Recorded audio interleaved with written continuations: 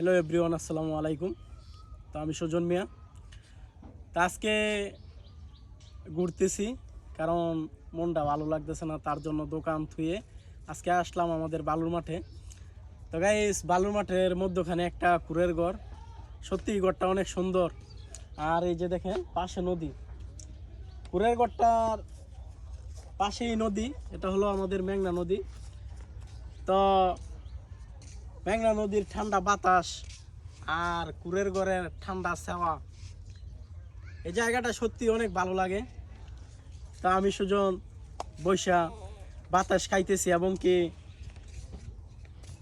ঠান্ডা বাতাস খাইতেছি আর বৈশা আছি।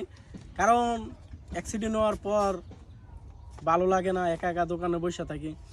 তো মাঝে মধ্যে আমি আমাদের এলাকাটা ঘুরি, কারণ অ্যাক্সিডেন্ট হওয়ার পর আমি ঘর থেকে অনেক দিনই বাইর হই নাই। প্রায় 3-4 বছর আমি ঘর থেকেই বার হই নাই। তা আমার এলাকাটা আমার কাছে অনেকটাই অপরিচিতর মতো হয়ে গেছে। তো এখন আবার ঘুরে আমাদের এলাকাটা দেখি এবং কি আমার পরিচিত যারা আছে তাদের সাথে কথা বলি এবং কি এলাকার সৌন্দর্যটা উপভোগ করি। তো দেখেন গাইস, এই পাশেই আমাদের গ্রাম। এটা হলো আমাদের গ্রাম আর এটা বালুর মাঠ। বালুর মাঠের মধ্যখানে এই কুড়ের ঘরে বৈশা এখানে আমার বন্ধু বান্ধব এবং কি আমাদের গ্রামের ছোট ভাই বেড়াত, বড় ভাই বেড়াত, সবাই এই ঘরটায় আড্ডা দেয়। তো একটা কুড়ের ঘরে সত্যি ঠান্ডা ছাওয়া আর নদীর বাতাস, হেমন্ত বাতাস খুবই ভালো লাগে।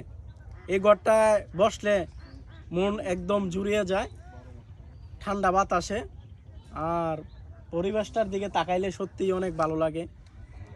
তো বিকেলবেলা এই ঘরে পড়াই মানুষই আড্ডা দেয়, আমিও আসি, আড্ডা দেই, বন্ধু বান্ধব নিয়ে কথা বলি, খুবই ভালো লাগে।